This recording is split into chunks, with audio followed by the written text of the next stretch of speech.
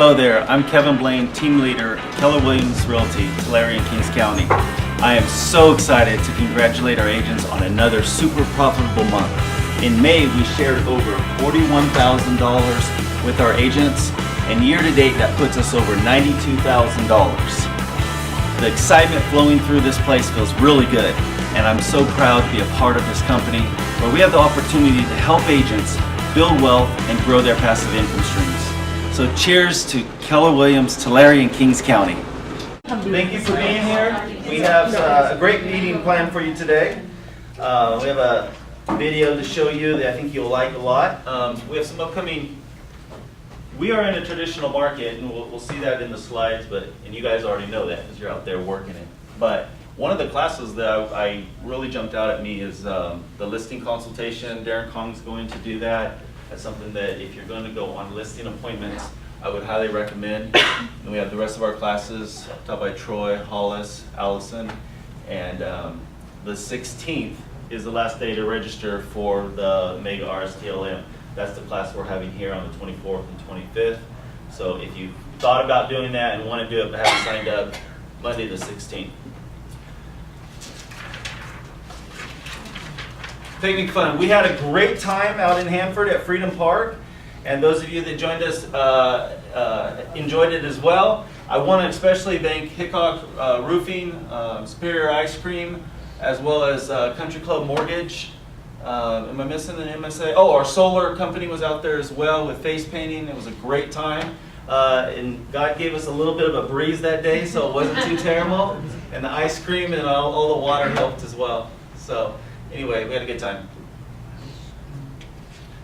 My wife and I, we entered the egg tossing contest, and we won. We were the first ones to break our egg. That's what we were trying to do, right? Congratulations, Keller Williams agents. I don't know if you saw our big sign out here in the lobby, but we're going to continue to update that every month. And this market center profit shared $41,000 last year. One of the top, and I think this number 2 in our region for the month of May. Year to date, our profit share back to the agents is a little over $92,000. So. And that's you guys creating business, the market center creating business, and then the company paying back to the agents that participate in that profit share plan. Go ahead and go to the next one. Oh, we have a new agent, and he's not here with us today, but he was at our sales meeting this morning when I was out in Porterville with Larry Harper. And if you see him around, Jason Castle's been in business in real estate for 22 years. He is on our team now, on the Keller Williams team, and out in the Porterville office. And so we're really happy to have him. So make sure you tell him. Great guy and a good addition to our to Keller Williams. Again, RSTLM 24th and 25th. Make sure you sign up by Monday if you're planning on attending. We have flyers. If you have questions about that, you can see me after the meeting. Market update. Got some exciting stuff to share with you here. There is, as I was going through this earlier with Jason, there's not a lot that surprises me on the market update, but it is interesting. On our first slide, we see the average dollars per square foot, again, continues to rise. No surprise there. March, April, May, we're up to $112 per square foot. Our median price is also up. We'll see that in a second. This is a breakdown by price range. So under 100, 100, 150. You guys, can you see that? Those numbers okay? I tell you what, if you're sitting in the front row, you can see even better. Yeah. So green is for sale and blue is sold. Days on market, as you can see, the stuff in this price range, if it exists, comes up, it sells, it doesn't stay on very long. Yeah. Thank you, Troy. Yeah. Pretty much what we're used to seeing in the under 300 price range. Interesting to me in the next slide is when you look at the above 300,000, we're used to seeing 0, 1, 1, 2, but for the price range of 300 to 350, 13 properties sold last month, in the month of May. Only 35 days on market. 350 to 400, 5, 400 to 455. So we're seeing some activity, and even in the 500 plus 6 properties. So different than a year ago, different than 6 months ago. We are seeing some activity in that 300 to 500 plus price range. Units sold. If you compare, very active, as you guys know, you can see these are pending sales. It's pending upward. Pending sales are pending upward. 320 pending sales in the month of May compared to 299 a year ago. And I think we were at 317, 315 last month. So that purple line keeps continuing to go up. Hopefully that will spill into June and July.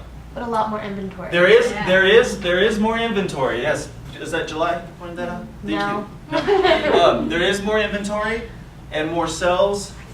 And what that's correlating into in the next slide is the months of inventory is actually down to 2.9. So definitely a seller's market. Something, share this with your buyers to the event that if a home comes out on the market, we need to make a competitive offer. It is a seller's market. There is not a ton of inventory. If we compare it to last spring of last year when it was very, very active, hot market, the inventory is up compared to last June, or last May, excuse me, but it is down from the last 4 months. 2.9, okay, next slide. And average or median sales price, the highest it's been since 2008. Right now we are probably we are very similar pricing to late summer of 2008. The last time it was $175,000 median price was late summer of 2008. Remember we talked last month about this number, and the last time it was that high was the fall of 2008. So we've gotten back some of the losses from 2008 and 2009. 175 average sales price, median sales price, excuse me. Average days on market about the same as last month, right at 62, which is a good, healthy market. Market share, 1 second, Kirsten. Okay. Kings County market share. For, I believe, every month this year, Kings County, #1 in market share at 36%. Give them a hand. This is pulling off of the Kings County MLS. And in volume, also #1, almost 60% higher than #2. And if we look at the Porterville MLS, also for the 4th month in a row, #1 in the Orange Belt MLS. So congratulations to that. And this is market share for the TC MLS. The reason we don't have a breakdown of the different companies is because that information is no longer available. We're working on trying to get that back. So what we do have, what we can present to you is what Keller Williams market share is, and then the rest of the market. So 23%, which is a very good percentage in Visalia based on how many offices there are. So congratulations to Visalia as well, our Visalia Business Center. 16% of the listings, so of all the listings out there currently on the market, we have 16%. I got a message that number would be higher, but most of your listings sell, so it's 16%. Thanks, Kirsten. Main Street Escrow, a reminder of their guarantee of good service, or $150 transaction fee will be waived, and we still have the Mega Escrows contest going. Open an escrow, get your name entered into the drawing for Mega Camp, flight, hotel, and registration for Austin, Texas. So that's going to be fun. I'm going to be there, right? So it's got to be a good time, right? Jason's going to be there. Okay, announcement from Country Club. Jeremy, let's give him a hand. Bring him up. Well, that was nice. Thank you. Rates are FHA. They're a little bit up this week. We've been down the past 2 weeks, and we're looking at about 4 1/4 on FHA and about 4 1/2 on conventional. I have exciting news. I have a new addition to my team. She comes with 18 years of experience in lending, and she's a Visalia native, and that's Diana Stewart.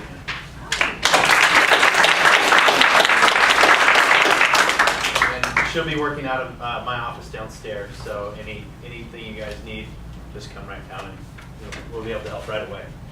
Thanks. Yep, thank you. Congratulations. That's awesome. Welcome. How long have you been in lending?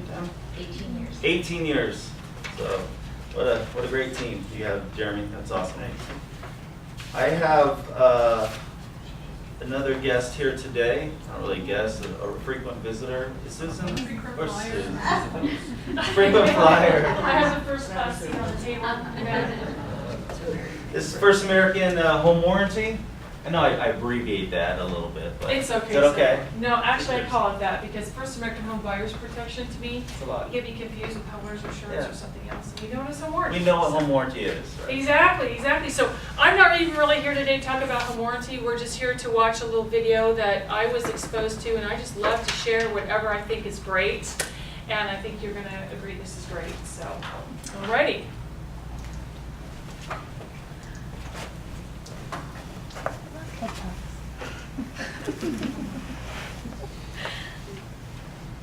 We need sound. Not this one. I was 7 years old, and my sister was just 5 years old. We were playing on top of a bunk bed. I was 2 years older than my sister at the time.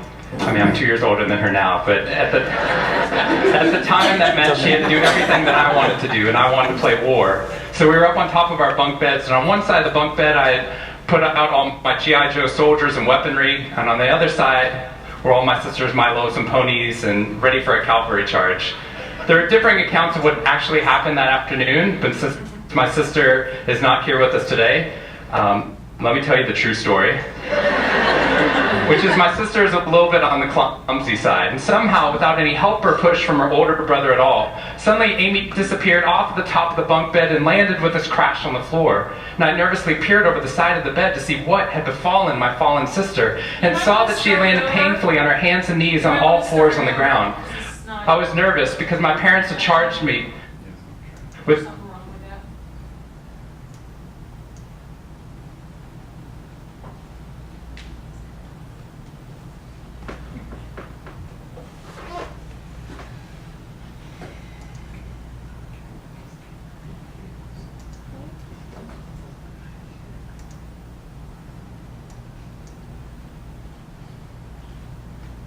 wanted to play war. So we were up on top of our bunk beds, and on one side of the bunk bed I had put out all my G.I. Joe soldiers and weaponry, and on the other side were all my sister's Milos and ponies and ready for a cavalry charge.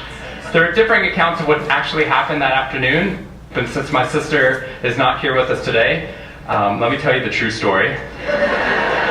Which is my sister is a little bit on the clumsy side, and somehow, without any help or push from her older brother at all, suddenly Amy disappeared off the top of the bunk bed and landed with us crash on the floor. And I nervously peered over the side of the bed to see what had befallen my fallen sister, and saw that she had landed painfully on her hands and knees on all fours on the ground. I was nervous because my parents had charged me with making sure that my sister and I played as safely and as quietly as possible. And seeing as how I had accidentally broken Amy's arm just 1 week before,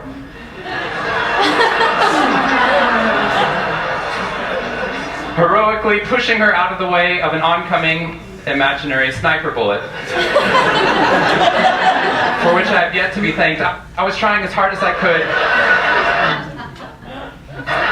She didn't even see it coming. I was trying as hard as I could to be on my best behavior, and I saw my sister's face this wail of pain and suffering and surprise, threatening to erupt from her mouth and threatening to wake my parents from the long winter's nap for which they had settled. So I did the only thing my little frantic 7-year-old brain could think to do to avert this tragedy. If you have children, you've seen this hundreds of times before. I said, Amy, wait, don't cry, don't cry. Did you see how you landed? No human lands on all fours like that. Amy, I think this means you're a unicorn. Now that was cheating, because there's nothing in the world my sister would want more than not to be Amy the hurt 5-year-old little sister, but Amy the special unicorn. Of course, this was an option that was open to her brain at no point in the past, and you could see on my poor, manipulated sister's face conflict. As her little brain attempted to devote resources to feeling the pain and suffering and surprise she just experienced, or contemplating her newfound identity as a unicorn. And the latter won out. Instead of crying, instead of ceasing our play, instead of waking my parents with all the negative consequences that would have ensued for me, instead, a smile spread across her face, and she scrambled right back up onto the bunk bed with all the grace of a baby unicorn. with one broken leg.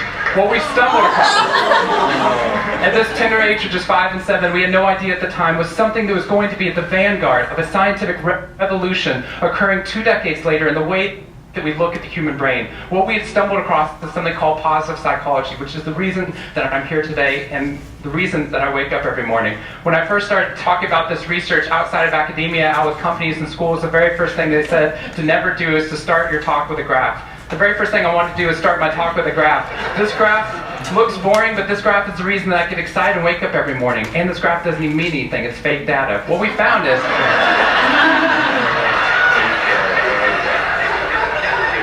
if I got this data back sitting you here in the room, I would be thrilled because there's very clearly a trend that's going on there, and that means that I can get published, which is all that really matters. The fact that there's one weird red dot that's up above the curve, there's one weird in the room, you know who you are, I saw you earlier. That's no problem. That's no problem, as most of you know, because I can just delete that dot. I can delete that dot because that's clearly a measurement error, and we know that's a measurement error because it's messing up my data. So one of the very first things that we teach people in economics and statistics and business and psychology courses is how, in a statistically valid way, do we eliminate the weirdos? How do we eliminate the outliers?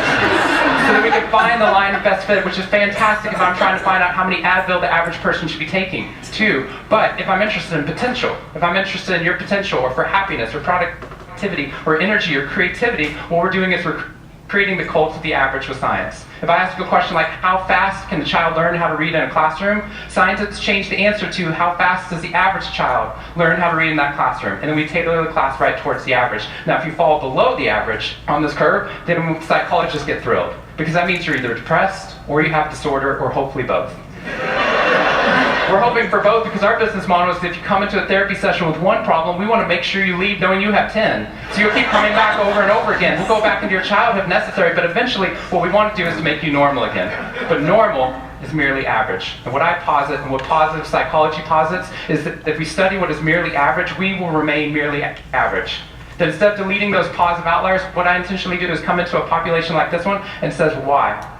Why is it that some of you are so high above the curve in terms of your intellectual ability, athletic ability, musical ability, creativity, energy levels, your resiliency in the face of challenge, your sense of humor? Whatever it is, instead of deleting you, what I want to do is study you. Because maybe we can glean information, not just how to move people up to the average, but how we can move the entire average up at our companies and schools worldwide. The reason this graph is important to me is when I turn on the news, it seems like the majority of the information is not positive. In fact, it's negative. Most of it's about murder, corruption, diseases, natural disasters, and very quickly, my brain starts to think that's the accurate ratio of negative to positive in the world.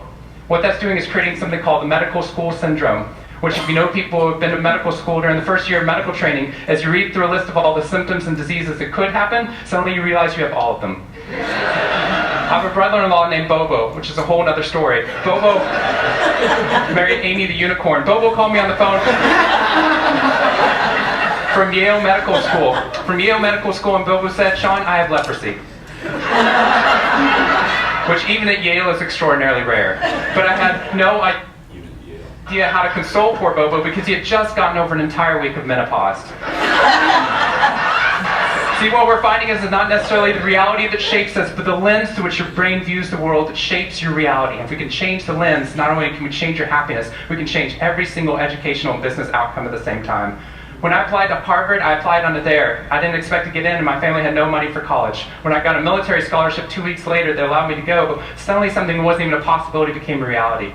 When I went there, I assumed everyone else would see it as a privilege as well, that they'd be excited to be there. Even if you're in a classroom full of people smarter than you, you'd be happy just to be in that classroom, which is what I felt. But what I found there is while some people experienced that, when I graduated after my 4 years and then spent the next 8 years living in the dorms with the students, Harvard asked me to. Wasn't that guy. But what happened... I was an officer of Harvard that counseled students through the difficult 4 years, and what I found in my research and my teaching is that these students, no matter how happy they were with their original success of getting into the school, 2 weeks later their brains were focused not on the privilege of being there, nor on their philosophy or their physics. Their brain was focused on the competition, the workload, the hassles, the stresses, the complaints. When I first went in there, I walked into the freshman dining hall, which is where my friends from Waco, Texas, which is where I grew up, I know some of you have heard of it. When they come to visit me, they look around, they say, this freshman dining hall looks like something out of Hogwarts from the movie Harry Potter, which it does. This is Hogwarts from the movie Harry Potter, and that's Harvard. When they see this, they say, Sean, why do you waste your time studying happiness at Harvard? Seriously, what does a Harvard student possibly have to be unhappy about? Embedded within that question is the key to understanding the science of happiness. Because what that question assumes is that our external world is predictive of our happiness levels. When in reality, if I know everything about your external world, I can only predict 10% of your long-term happiness. 90% of your long-term happiness is predicted not by the external world, but by the way your brain processes the world. And if we change it, if we change our formula for happiness and success, what we can do is change the way that we can then affect reality. What we found is that only 25% of job successes are predicted by IQ. 75% of job successes are predicted by your optimism levels, your social support, and your ability to see stress as a challenge instead of as a threat. I talked to a boarding school up in New England, probably the most prestigious boarding school, and they said, we already know that. So every year, instead of just teaching our students, we also have a wellness week, and we're so excited. Monday night, we have the world's leading expert coming in to speak about adolescent depression. Tuesday night is school violence and bullying. Wednesday night's eating disorders. Thursday night is illicit drug use. And Friday night, we're trying to decide between risky sex or happiness. I said that's most people's Friday nights.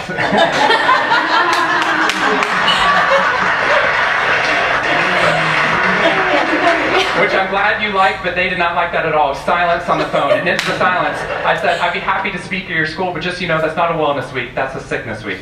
What you've done is you've outlined all the negative things that can happen, but not talked about the positive. The absence of disease is not health. Here's how we get to health. We need to reverse the formula for happiness and success. In the past 3 years, I've traveled to 45 different countries, working with schools and companies in the midst of an economic downturn. And what I found is that most companies and schools follow a formula for success, which is this. If I work harder, I'll be more successful. And if I'm more successful, then I'll be happier. That undergirds most of our parenting styles, our managing styles, the way that we motivate our behavior. And the problem is, it's scientifically broken and backwards for 2 reasons. First, every time your brain has a success, you just change the goalpost of what success looked like. You got good grades, now you have to get better grades. You got into a good school, now you have to get a better school. You got a good job, now you have to get a better job. You hit your sales target, we're going to change your sales target. And if happiness is on the opposite side of success, your brain never gets there. What we've done is we've pushed happiness over the cognitive horizon as a society. And that's because we think we have to be successful, then we'll be happier. But the real problem is our brains work in the opposite order. If you can raise somebody's level of positivity in the present, then their brain experiences what we now call a happiness advantage, which is your brain at positive performs significantly better than it does at negative, neutral, or stressed. Your intelligence rises, your creativity rises, your energy levels rise. In fact, what we found is that every single business outcome improves. Your brain at positive is 31% more productive than your brain at negative, neutral, or stressed. You're 37% better at sales. Doctors are 19% faster, more accurate at coming up with the correct diagnosis when positive instead of negative, neutral, or stress, which means we can reverse the formula. If we can find a way of becoming positive in the present, then our brains work even more successfully, as we're able to work harder, faster, and more intelligently. What we need to be able to do is to reverse this formula so we can start to see what our brains are actually capable of. Because dopamine, which floods into your system when you're positive, has 2 functions. Not only does it make you happier, it turns on all the learning centers in your brain, allowing you to adapt to the world in a different way. We found that there are ways that you can train your brain to be able to become more positive. In just a 2-minute span of time, done for 21 days in a row, we can actually rewire your brain, allowing your brain to actually work more optimistically and more successfully. We've done these things in research now in every single company that I've worked with, getting them to write down 3 new things that they're grateful for 21 days in a row, 3 new things each day, and at the end of that, their brain starts to retain a pattern of scanning the world not for the negative, but for the positive first. Journaling about one positive experience you've had over the past 24 hours allows your brain to relive it. Exercise teaches your brain that your behavior matters. We find that meditation allows your brain to get over the cultural ADHD that we've been creating by trying to do multiple tasks at once. It allows our brains to focus on the task at hand. And finally, random acts of kindness or conscious acts of kindness. We get people, when they open up their inbox, to write one positive email praising or thanking somebody in their social support network. And by doing these activities, and by training your brain, just like we train our bodies, what we found is we can reverse the formula for happiness and success, and in doing so, not only create ripples of positivity, but create a real revolution. Thank you very much.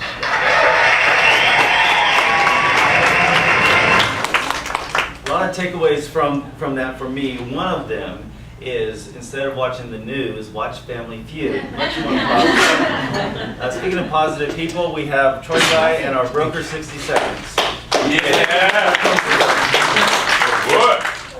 All right. Today we have something very, very exciting to discuss: disclosure and consent for representation of more than one buyer or seller. Okay, this form is required. This is not a dual agency form.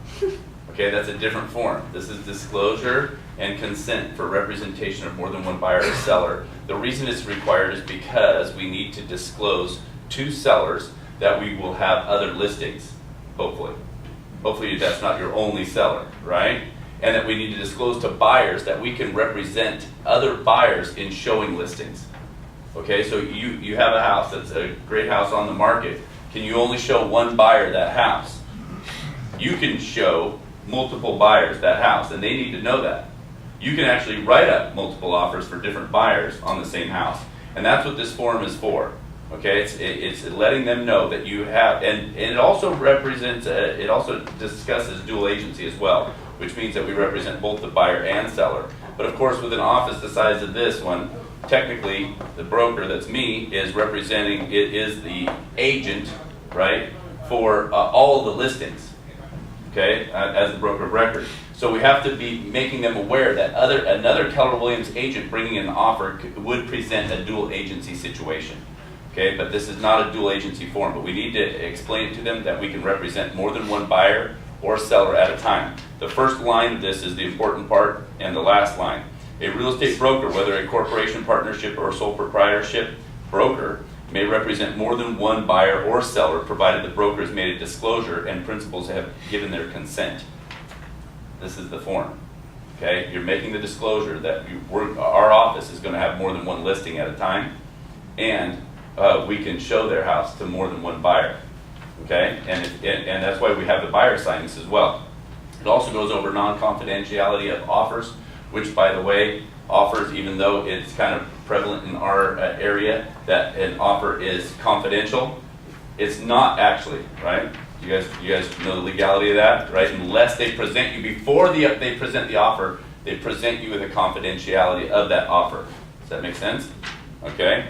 Now the last line I'm going to read to you as well, and seller and buyer or buyer acknowledges reading and understanding the disclosure and consent for representation of more than one buyer or seller, and agrees to the dual agency possibility disclosed.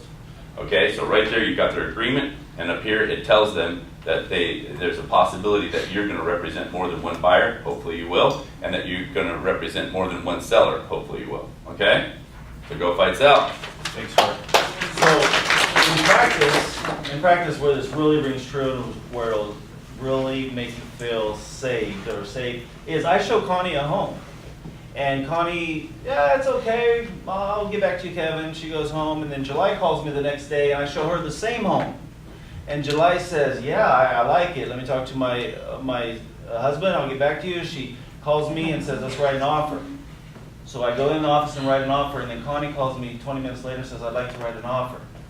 So I write an offer with her, and I'm presenting two offers. One of them is not going to be happy that they didn't get accepted.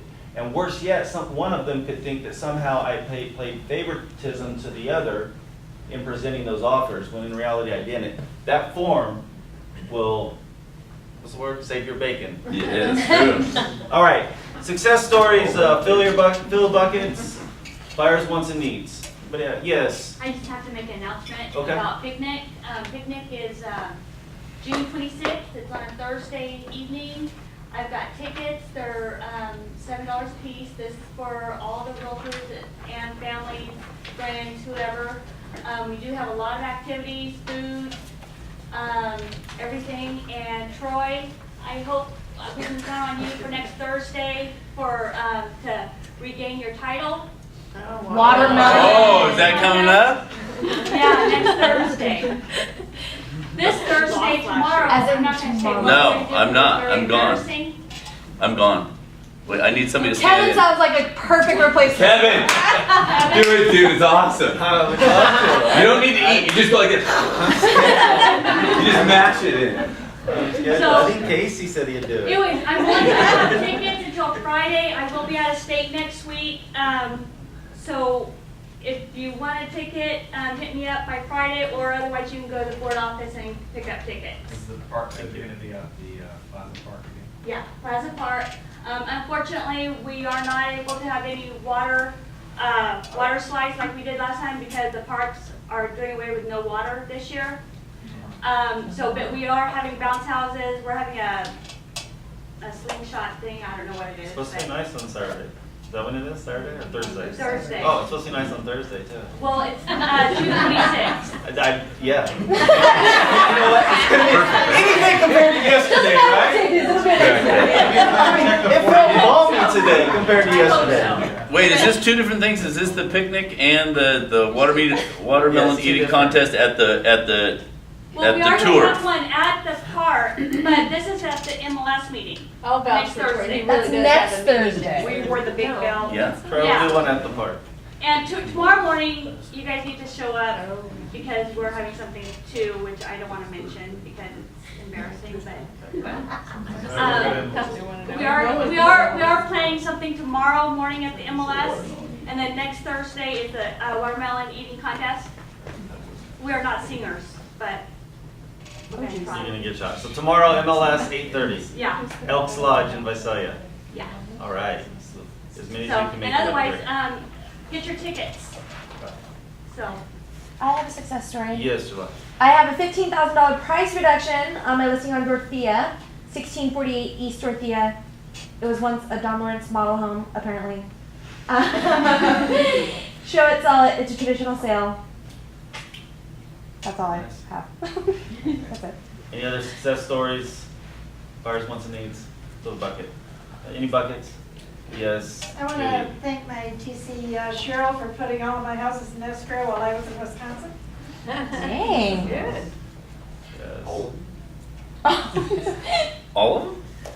I've got one left. Oh, It's on the counter offer stage. she was slacking. Any others? One thing that I wanted to announce is new enrollment starts July 1st, Which also happens to be my birthday. which also happens to be July's birthday. oh, what a shock. Hey, July, what month are you born? July? November. November. Okay. So July 1st, That's too long of a name. on July's birthday, Carson, we're going to be starting a new enrollment for training. So if you have anybody that's interested in becoming a real estate agent and needs to go through the class, July 1st, just have them contact Wayne Butterfield. Any last success stories? Fill the buckets, buyers, wants, and needs. I appreciate you all being here. When you're farming, think about transitional areas where buyers are poised to be at the point where now it's time to move. Possibly homes that are 3 to 7 years old, entry-level homes, and now it's time for that move-up buyer, because the great thing about a move-up buyer is you get a listing and a sale. Anyway, you guys have a great day. Thanks for being here.